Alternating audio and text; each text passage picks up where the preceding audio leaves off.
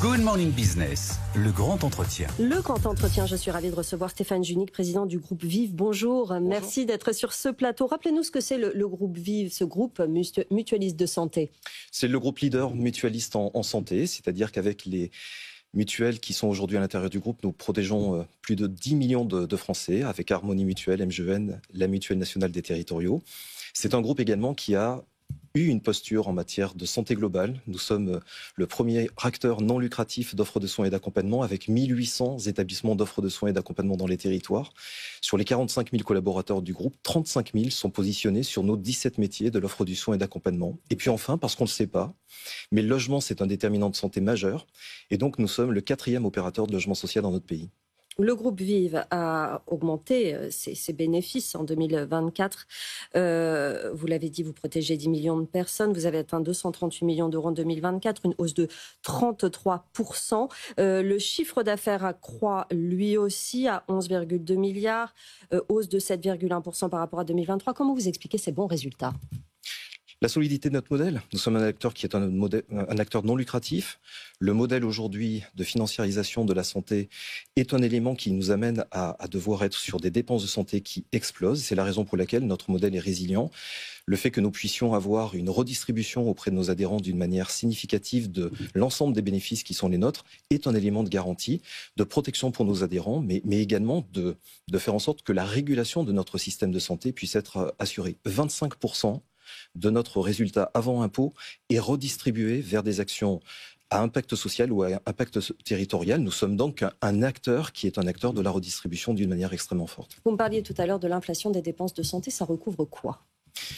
On est aujourd'hui sur des dépenses de santé qui sont à peu près de l'ordre de 2,5-3%. Nous avons basculé depuis la crise Covid sur une inflation des dépenses de santé d'une manière significative. C'est dû à quoi ? Vieillissement de la population, les maladies chroniques qui explosent d'une manière extrêmement importante. Oui. Un chiffre, nous sommes à 25 millions de personnes qui ont une pathologie qui est une pathologie de maladie chronique, un diabète, un cancer, etc. Et puis un autre élément, c'est que nous sommes face à l'innovation thérapeutique, à des médicaments innovants qui coûtent de plus en plus cher dans notre pays, notamment des thérapeutiques qui sont utiles pour la prise en charge des cancers d'une manière extrêmement importante. Je vais vous donner un chiffre qui pour moi est marquant. Il y a 20 ans, vous étiez sur des dépenses de santé par habitant qui étaient de 2 700 €. Vous êtes aujourd'hui sur 3 700 €. Oui. Une augmentation de 1 000 € en 20 ans des dépenses de santé par habitant. On le voit, cette inflation qui a eu lieu ces 20 dernières années est un obstacle pour la soutenabilité de notre modèle de santé et de protection sociale dans les années qui viennent, puisque l'inflation pour la projection dans les 10 et 20 ans qui viennent vont nous amener à être sur des augmentations de 4% en moyenne. Nos dépenses de santé augmentent, vous l'avez dit, pour diverses raisons. Vos résultats, vous, on l'a vu, sont bons, mais est-ce que ça va continuer en 2025 ? On sait que le gouvernement doit faire d'énormes économies, notamment sur les dépenses de santé. Comment ce système de santé va-t-il pouvoir perdurer ? Pour moi, il y a 3 principes qui sont importants de garantir. D'abord, avoir une approche qui est une approche pluriannuelle. Il nous manque aujourd'hui une boussole dans notre pays, une vraie stratégie nationale de santé qui nous permette de voir quelles sont les priorités fixées par l'État et par le Parlement. Pourquoi j'indique ça ?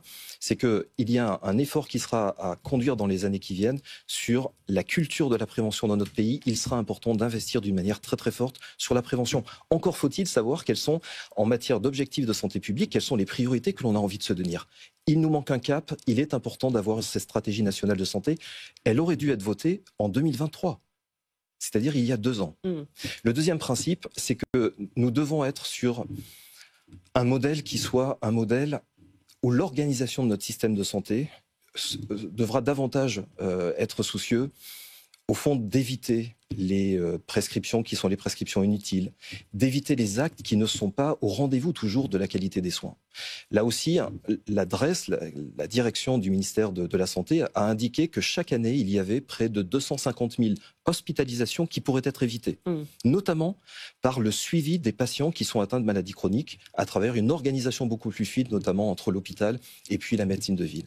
Enfin, le dernier élément, c'est qu'il y a besoin, pour assurer l'accès aux soins des Français, et nous sommes particulièrement attachés au sein du groupe Vive à faire en sorte que le droit à la santé pour tous soit garanti dans notre pays aux côtés de la sécurité sociale.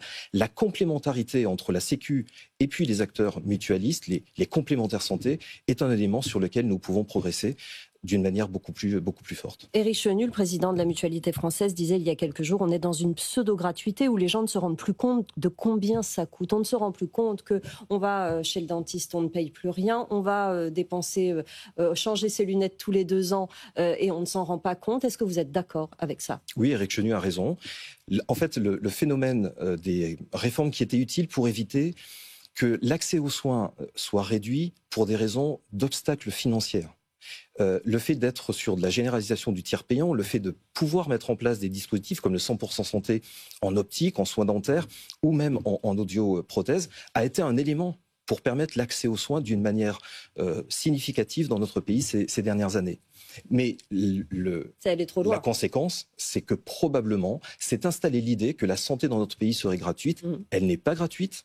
Je le rappelle, nous sommes face à une inflation des dépenses de santé qui est majeure, qui vient bousculer la soutenabilité de notre modèle de protection sociale, mais plus encore, qui nous amène, nous, mutualistes, à devoir piloter d'une manière encore plus forte le sujet de la soutenabilité des cotisations pour nos adhérents. Est-ce que dans les propositions qu'on a entendues dernièrement, un jour de carence ou par exemple le déremboursement de certains médicaments pour les hauts revenus, est-ce que ce sont des propositions pertinentes ou c'est pas vers ça qu'il faut aller ?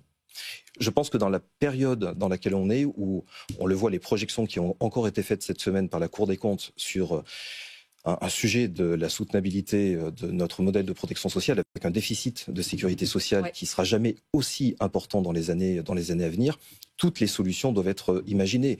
Ici, le sujet des recettes à travers la TVA sociale, à travers d'autres modalités, tout cela doit être observé, en ayant quand même comme préoccupation de ne pas venir alourdir également les contraintes qui peuvent peser dans l'accès aux soins des Français.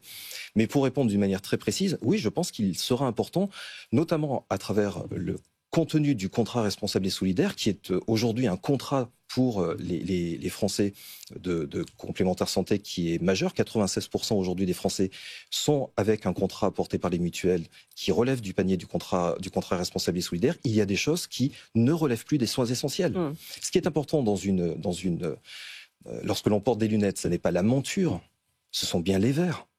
Pourquoi continuer à contraindre un remboursement tous les 2 ans d'un remboursement qui est fixé par l'État sur le niveau des prix des différentes montures. Pourquoi ne pas mettre le paquet sur la question de ce qui est le plus important pour la santé visuelle, c'est-à-dire la qualité des verres et la manière de pouvoir suivre en matière de prévention les défaillances ou en tout cas les dégradations de la santé visuelle des Français. Se concentrer sur l'essentiel. Merci beaucoup Stéphane Ginic d'être venu nous voir, président du groupe Vive.